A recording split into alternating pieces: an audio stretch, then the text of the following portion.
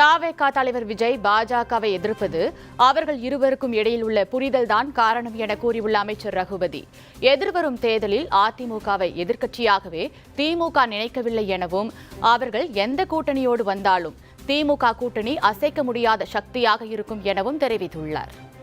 அதாவது இதுக்கு நாங்கள் எங்களை பொறுத்த வரைக்கும் ஆரம்பத்திலேருந்து சொல்லிட்டோம், பிஜேபியோட சி டீமு அதை பற்றி நாங்கள் எந்த விதமான கமெண்ட்ஸும் சொல்ல விரும்பவில்லை. அது ஒன்றுக்குள்ள ஒன்று அண்டர்ஸ்டாண்டிங். நீங்கள் வேறு கேள்விகள் கேட்டால் பதில் கிடைக்கும், இதுக்குள்ளே கேட்டீங்கன்னா முடியாது.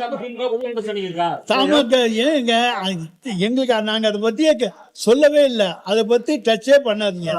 வேற எந்த கேள்விகள் கேட்டாலும் பதில் சொல்றோம், இது நோ கமெண்ட்ஸ். அதாவது அவர் சொல்லுகிற கற்பனைக்கெல்லாம் நாங்க பதில் சொல்ல முடியாது. ஆம்புலன்ஸ் ஆளை ஏற்றிட்டு போறத அங்க இருக்க பொதுமக்கள் பார்த்துருப்பாங்க. அதனால அதுல ஏமாற்று வேலைகளுக்கு வழி இல்லை.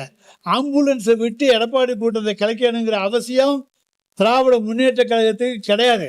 ஏன்னா எடப்பாடியை நாங்கள் வருகிற தேர்தலில் ஒரு எதிர்கட்சியாகவே நினைக்கல. அவங்க எந்த கூட்டணியோடு வந்தாலும் எங்களை பொறுத்த வரைக்கும் திராவிட முன்னேற்ற கழகம் இன்றைக்கு அசைக்க முடியாத சக்தியாக இருக்கிறது. ஆம்புலன்ஸ் விட்டு அந்த கூட்டத்தை கலைக்க வேண்டிய அவசியம் திமுகவுக்கு இல்லை.